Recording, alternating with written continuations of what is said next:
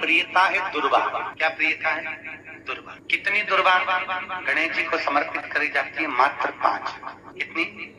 आज के जमाने में लोग गट्ठा बनाकर चढ़ा दें, वो अपनी जगह पर है। 5 दुर्वा पंचम इंद्रियों को वश में करने के लिए और भगवान के 5 जो स्वरूप हैं उनको अपने भीतर उतारने के लिए पंच।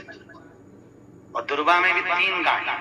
जब दुर्वा समर्पित करी जाती है तो उसमें नीचे दुर्वा की डंडी पर गांठ रहती है। 3 छोटी छोटी गांठें होना चाहिए। कितनी गांठ? जो भगवान को समर्पित करी जाए। जिसके घर में संपदा की कमी पड़ती हो, बीमारियां ज्यादा फैल रही हो, बहुत कष्ट हो महाराज, बहुत ज्यादा दुखी हो महाराज, कोई काम नहीं बन रहा, बहुत तकलीफ में हो, तो शमी पत्र, शमी की पत्ती, जहां गणेश जी का स्थान है वहां पर 5 शमी पत्र 5 समर्पित करें और शंकर जी के ऊपर 3 शमी पत्र समर्पित करें। बहुत ध्यान देना। 5 शमी पत्र जहां गणेश जी का स्थान है शिवलिंग में वहां समर्पित करें। 3 शमी पत्र शिवलिंग के ऊपर समर्पित करें। 1 शमी पत्र शंकर जी की चौखट पर लेफ्ट भाग में, जाते समय आपका उल्टा हाथ, जब मंदिर से निकलो तो उल्टे हाथ पर लेफ्ट भाग में शंकर जी की चौखट पर समर्पित करें 1 शमी पत्र। और महाराज घी का दिया जहां लेफ्ट भाग में आपने शमी पत्र रखा है, मंदिर में ना दिया लगाकर बाहर की ओर जहां शमी पत्र रखा है उसके ठीक साइड में एक घी का दिया लगा दीजिए। केवल गणेश चतुर्थी से लेकर अनंत चतुर्दशी तक गणेश पुराण कहती है भगवान गणेश जी का, मोर ध्वज का, मयूर ध्वज गणेश का नाम लेकर जो ये दीप शमी पत्र चढ़ा देता है उसके घर से कभी रिद्धि सिद्धि नहीं जाती, वैभव प्रतिष्ठा नहीं जाती। कर देखो, गणेश जी महाराज और एक शंकर जी, ये 2 देवता ऐसे हैं जिन पे तुलसी नहीं चढ़ती। शंकर पर तुलसी चढ़ा दो तो व्यक्ति रोगीला होता चले जाता है, और गणेश जी को तुलसी चढ़ा दो तो व्यक्ति के घर का धन छिन्न हो जाता है महाराज। इसलिए गणेश जी के भोजन में तुलसी नहीं डलती, क्योंकि वृंदा देवी ने भगवान शंकर के पुत्र विनायक को देखकर विवाह का प्रस्ताव रखा था, पर गणेश जी महाराज ने कह दिया और तुमने तुलसा भी डाली, तो दोष लगा कि नहीं लगा? अरे बोलो तो लगा? नहीं लगा। क्यों नहीं लगा? अगर थाली को अंदर से लेकर आए, पुष्टि मार्ग का नियम, जब ठाकुर जी के सामने 56 भोग, कुनवाड़ा, अन्नकूट लग जाता है, लगने के पहले उसको जब लेकर आते हैं रसोई घर से, भोजनशाला से, तो उसमें तुलसी डाल के नहीं लाते। अगर रसोई घर से भोजन में तुलसी डलकर अगर ठाकुर जी के सामने वो थाली रखी तो ये पक्का है वो थाली ठाकुर जी नहीं जीमेंगे, क्योंकि उसमें तुलसी रखी हुई आई है। हाँ, जब ठाकुर जी के सामने थाली रखा गई और तुमने थाली रखने के बाद में मंदिर के सामने बैठ के फिर तुलसी डाली तो ठाकुर जी उसको स्वीकार कर लेते हैं। क्यों? क्योंकि 33 करोड़ देवी देवता एक जगह पर विराजमान हैं। जब हम थाली रखते हैं प्रथम देव उस भाग को ग्रहण कर ले। जब तक तुलसी डालते हैं प्रथम देव अपनी दृष्टि हटा लेते हैं। समय होता है, एक टाइम होता है, एक पल होता है, एक घड़ी होती है कि गणेश जी महाराज हमारे घर में आ गए। गणेश जी की सबसे पहली जो आरती हो, उस आरती के समय पर अगर धूप बत्ती जलाई जाए या गोबरी को जलाकर उसमें गूगल छोड़ी जाए और गूगल छोड़ने के बाद गणेश जी का नाम ध्रुम वर्ण कह दिया जाए तो गणेश जी को तुम्हारे घर की पूजा स्वीकार करना पड़ती है। बस वो समय हम जानते, हम तो बस उतना जानते हैं कि शिव महापुराण में लिखा और मुद्गल पुराण में लिखा, गणेश पुराण में लिखा, गणेश जी का एक नाम होता है ध्रुम वर्ण। क्या नाम है? ध्रुम वर्ण गणेश जी का एक नाम होता है। जब हम धूप जलाकर और धूप लगाने के बाद में गणेश जी की सबसे पहली आरती करने के पहले अगर हम सबसे पहली आरती गणेश जी की कर रहे हो, अपने घर में स्थापना कर रहे हो, बिठा रहे हो, और तुम चाहते हो कि गणेश जी मेरे घर में आके मेरी पूजा को स्वीकार करें और जो मांगू मेरा गणेश मुझे दे 10 दिन के अंदर, तो पहला नाम लेकर पुकार लेना ध्रुम वर्ण विनायक, बैठो, बस काम हो गया। वो फ्री होकर आता। सुंदर जोड़ी थी शंकर और पार्वती की, सही है कि गलत है? कभी नहीं झगड़ते थे, इसलिए पृथ्वी पर ना तो लक्ष्मी जी के व्रत हैं, ना ब्रह्माणी के व्रत हैं, ना इंद्राणी के व्रत हैं। अगर पूरी पृथ्वी पर सबसे ज्यादा व्रत किसके हैं? माता पार्वती। तीज का व्रत किसका? पार्वती का। चतुर्थी का व्रत किसका? पार्वती का। चौथ का व्रत किसका? पार्वती का। छठ का व्रत किसका? पार्वती का। जितने व्रत है सब माता पार्वती। गणेश जी मैया को प्रसन्न करने के लिए अष्ट रूप में धारण करते हैं। 8 रूप भगवान गणेश जी ने धारण किए। एक मयूरेश्वर गणेश, दूसरा सिद्धि विनायक, तीसरा बल्लालेश्वर, फिर वरद विनायक, फिर चिंतामणि, फिर गिरजात्मज, फिर भगवान गणेश विघ्नेश्वर अष्ट विनायक, फिर महागणपति। ऐसे गणेश जी के अष्ट नाम हुए। उस समय तिजोरी के अंदर जो गणेश की प्रतिमा रखी जाती है किस नाम से रखी जाती है? तो तिजोरी में हम जो गणेश की प्रतिमा रखते हैं वो वरद विनायक के नाम से रखते हैं। कौन सा गणेश? वरद।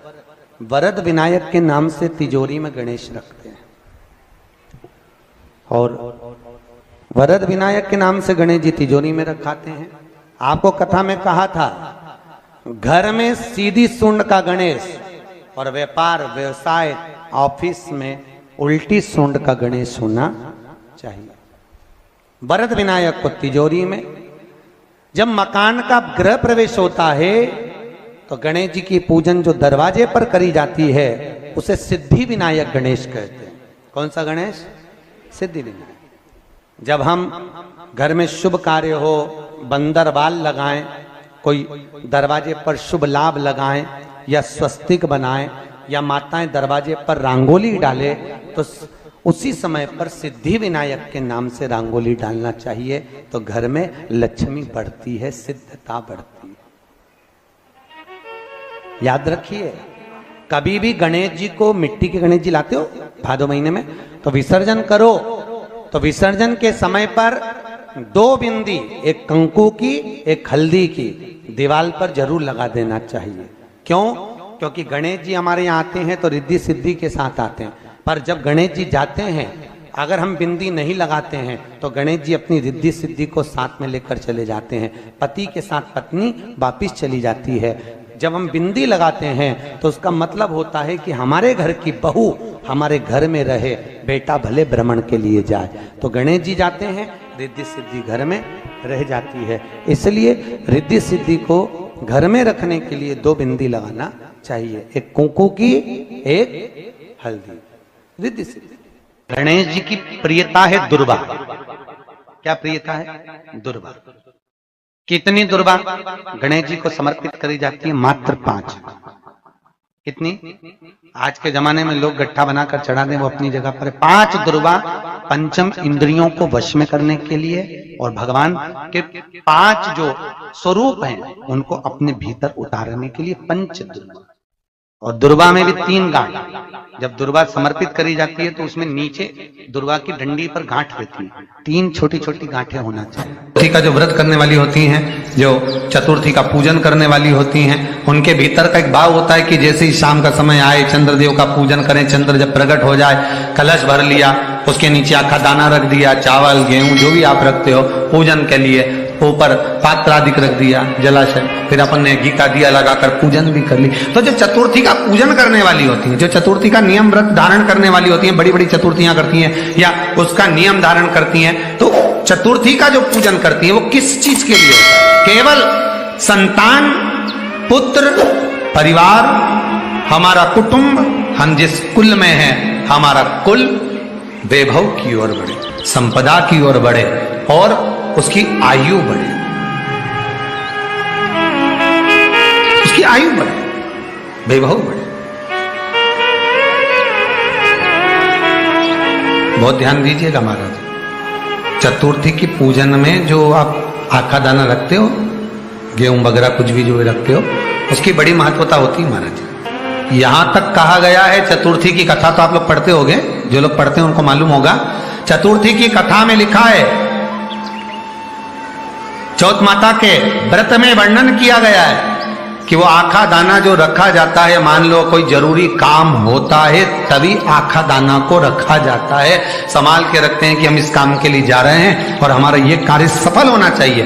तो जिसने चतुर्थी का व्रत करा है, जिसने चंद्रदेव का पूजन करा, चतुर्थी का व्रत करा, वो गणेश जी से विनती करके वहां से 2-4 आखा दाना उठा ले, और जो व्यक्ति का काम अटक रहा है अपने ही घर का, पर दूसरे कुल को नहीं देना, अपने ही कुल के अंतर्गत जो काम अटक रहा है उसकी जेब में, उसके पल्लू में उस चीज को रख दिया जाए।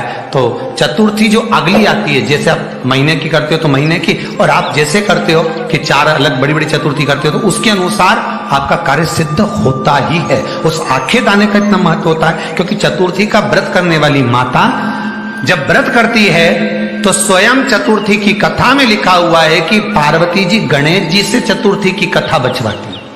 चतुर्थी की कथा बाची किसने थी? स्वयं गणेश जी महाराज ने। और सुनी किसने थी? माता पार्वती। बाचने वाले गणेश जी थे, सुनने वाली माता पार्वती थी। तो चतुर्थी की कथा जब होती है तो उसको स्वयं गणेश जी बाच रहे हैं। तो व्रत कौन सुन रही है? माता पार्वती। और आपने जो आखा दाना लिया वो गणेश जी के भाव से लिया, गणेश जी से निवेदन करके, विनय करके, प्रार्थना कर उसको प्राप्त किया। जितने आस्था चैनल पर कथा सुन रहे हो, जितने फेसबुक और यूट्यूब पर सुन रहे हो, और जितने इस छत्तीसगढ़ की पावन धरा पर बैठकर सुन रहे हो, बहुत सावधानी से सुनना। एक छोटा सा कपूर का टुकड़ा जब आरती में जलाया जाता है तो ये कपूर क्यों जलाते हैं? इस कपूर का महत्व क्या है? इस कपूर का कारण क्या है? ये कपूर है कौन जिसको हम आरती में जलाते? क्या जरूरत इस कपूर को आरती में जलाने की? क्या जरूरत इसको यज्ञशाला में जलाने की? क्या जरूरत है इस कपूर को पूजन में जलाने की? स्वयं गुरु बाबा कहते हैं यदि कोई आरती में, पूजन में, घर में एक कपूर का टुकड़ा आरती के बाद में जब समर्पित करेगा तो उसको अश्वमेध यज्ञ का पुण्य प्राप्त हो जाएगा। अश्वमेध यज्ञ के पुण्य को पाने के लिए कपूर का टुकड़ा आज भी आरती में जलाया जाए। एक कपूर का टुकड़ा सुख का, इसीलिए हमारे यहाँ शास्त्र कहता है महाराज, जब आपको घर में अगर ऐसा लगने लगे कि 15 दिन से बहुत बेचैनी है, बहुत दुख तकलीफ लग रही है, कोई ना कोई बीमार पड़ रहा है, कुछ ना कुछ तकलीफें लग रही है, तो एक पीपल का पत्ता ले लो, उसके ऊपर एक कपूर का टुकड़ा ले लो, सारे घर में घुमाकर उसको दरवाजे के बीच मध्य में जलाकर रख दीजिए। थोड़ी सी जला 20 से 25 मिनट के अंदर मकान में एनर्जी वापिस आ जाएगी, उस भवन में एनर्जी वापिस हो जाएगी। 20 से 25 मिनट के अंदर एनर्जी वापस। लग रहा है कि यहाँ नेगेटिव है तो उसको पॉजिटिव बनाया जा सकता है। रात को 12 बजे शंकर जी के मंदिर में शिवलिंग पर चढ़ी हुई बेलपत्री को उठाकर शंकर मंदिर का शिखर देखकर चबा चबा कर खा लीजिए। आपके पांव के घुटने बदलने की जरूरत नहीं पड़ेगी, ऑपरेशन की जरूरत नहीं। पेटता, अलमस्तता। इस संवाद के अंतर्गत ये जो संवाद आया है, श्री गणेश जी महाराज ने श्री शैलम पर, कार्तिकेय महाराज की पावन धरा पर, मल्लिकार्जुन की पावन धरा पर, श्री शैलम में 3 प्रश्न श्री गणेश जी महाराज ने करे, और वो गणेश जी के 3 प्रश्न आपको भी ज्ञात होना चाहिए। पहला प्रश्न गणेश जी महाराज ने अपनी माता से कहा, माँ, मृत्यु लोक के अंतर्गत इस भूमि पर जन्म लेने के बाद में अगर व्यक्ति को वृद्ध अवस्था का सामना न करना पड़े तो उसके लिए क्या करना चाहिए? सुन लेना जवान भाई, जितने भी बेटा बेटी बैठे हैं और जितने आस्था चैनल पर, फेसबुक, यूट्यूब पर सुन रहे हैं, बड़े ध्यान से सुन लेना कि मान लो कि हमें वृद्ध अवस्था देखना ही ना पड़े, उसके लिए क्या करना पड़े? तो कहा उसका एक ही साधन, राम राम रटते रहो जब तक घट में प्राण, कब हो तो दीन दयाल के भनक पड़ेगा। महाराज, एक कर्म करते रहो, तुम्हारा कर्म जरूर करो, काम करते करते करते करते करते करते भी भगवत स्मरण करते। धर्म और कर्म, इन दोनों में अंतर क्या है? बोलो रे, जल्दी जल्दी बोलिए। धर्म और कर्म में अंतर क्या है? धर्म अष्ट विनायक में एक विनायक, सबसे प्रबल विनायक, अष्ट विनायक में सबसे प्रबल।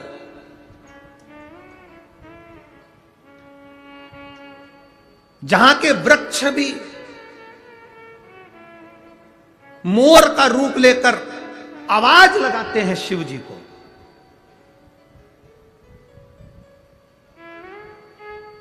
जहां की नदी